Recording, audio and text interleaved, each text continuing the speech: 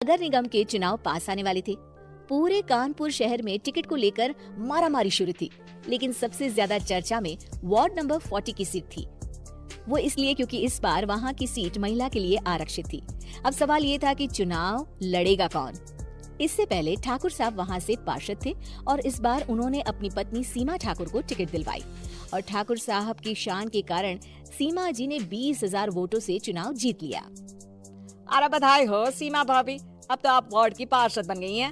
अब तो हमारे काम आप ही करवाएंगी। अरे ये तो सिर्फ नाम की पार्षद बनी है, वो तो महिला सीट आ गई, वरना पार्षद तो मुझे ही बनना था। अब भले ही चेहरा इसका होगा लेकिन पावर तो मेरी ही होगी। अरे वाह भाई साहब, क्या दिमाग लगाया है आपने भी। आइए आप लोग, खाना लगा दिया है सबके लिए। सीमा जी पार्षद बन चुकी थी, फिर भी उनकी एक ना चलती। सारे काम ठाकुर साहब खुद ही संभाल लेते और जहाँ जरूरत पड़ती वहाँ सीमा जी का अंगूठा लगवा लेते। सीमा जी ज्यादा पढ़ी लिखी भी नहीं थी। एक दिन ठाकुर साहब और सीमा एक प्रोग्राम में जाते हैं। अरे ठाकुर साहब आप आ गए। ओहो, पार्षद मैडम भी आ गई हैं। स्वागत है आप दोनों का। लगता है हमारे पार्षद फंड का सही इस्तेमाल हो रहा है। चलिए अब उद्घाटन करते हैं। ये लीजिए ठाकुर साहब कैची, आप ही सबसे पहले प्रवेश कीजिए। सब लोग आगे निकल जाते हैं और सीमा जी पार्षद होने के बावजूद भी पीछे खड़ी रह जाती हैं। वो देखती हैं कि वेलकम बोर्ड पर उनका नाम है, लेकिन महिला होने के कारण कोई उनका सम्मान नहीं कर रहा। अगले दिन एक आदमी उनके घर आता है। अरे ठाकुर साहब नमस्कार। कल ना हम नोटिस किए कि हमारा घर तो अवैध है और नगर निगम वाले उसे तोड़ने आ रहे हैं। अरे कुछ कीजिए ना ठाकुर साहब। देखो भाई, मैं तो ज्यादा कुछ कर नहीं सकता, पर अगर तुम सबकी जेब गर्म कर दो तो कुछ हो सकता है। कुल मिलाकर 4 लाख लगेंगे। अरे 4 लाख ठाकुर साहब। अरे भाई, मैं अपने लिए नहीं मांग रहा हूँ। दरोगा है, इंजीनियर बाबू है, बड़े साहब है, सबको देना पड़ता है ना थोड़ा थोड़ा। बोलो है मंजूर?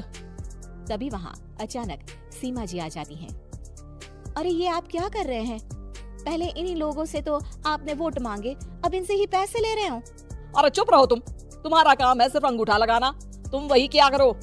मुझे दूसरे काम तुम मत सिखाओ, समझी? और तुम ना जाओ, अब पैसे लेकर आओ, वरना जेसीबी किसी भी वक्त आती होगी।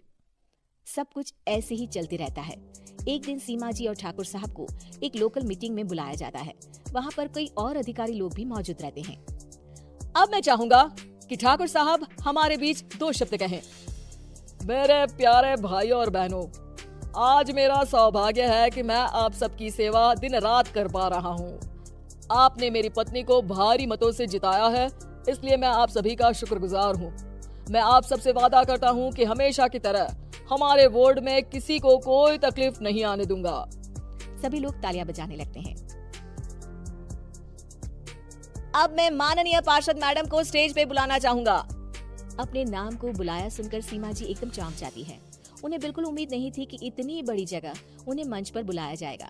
जैसे तैसे वो मंच पर चढ़ती हैं।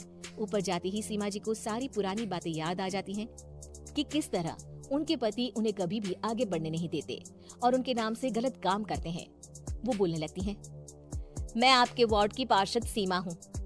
आप में से बहुत कम लोग ही मुझे जानते होंगे, क्योंकि इससे पहले मुझे कभी ऐसा मौका ही नहीं मिला। सारे मौके मेरे पार्षद पति यानी आपके ठाकुर साहब ही लेते रहे, लेकिन आज ये मौका मुझे मिला है तो मैं इसे ऐसे ही नहीं जाने दूंगी। मैं आपको ये बताना चाहती हूँ कि आपके ठाकुर साहब मेरे नाम की आड़ में गैर कानूनी काम करते हैं, जिस पर अंगूठों के निशान मेरे होते थे। इसीलिए मैं अपनी गलती मानती हूँ और आज अपने पद से इस्तीफा देती हूँ, ताकि आगे से कोई गलत काम ना हो पाए। अब फैसला आप सबके हाथ में है कि आप हमें क्या सजा देना चाहते हैं। सीमा जी की बातें सुनकर ठाकुर साहब के चेहरे का रंग उड़ जाता है और वो शर्म से मुंह नीचा करके वहाँ से चले जाते हैं और पद से इस्तीफा देकर ही सही सीमा जी अपने आप में आत्मविश्वास महसूस करती हैं।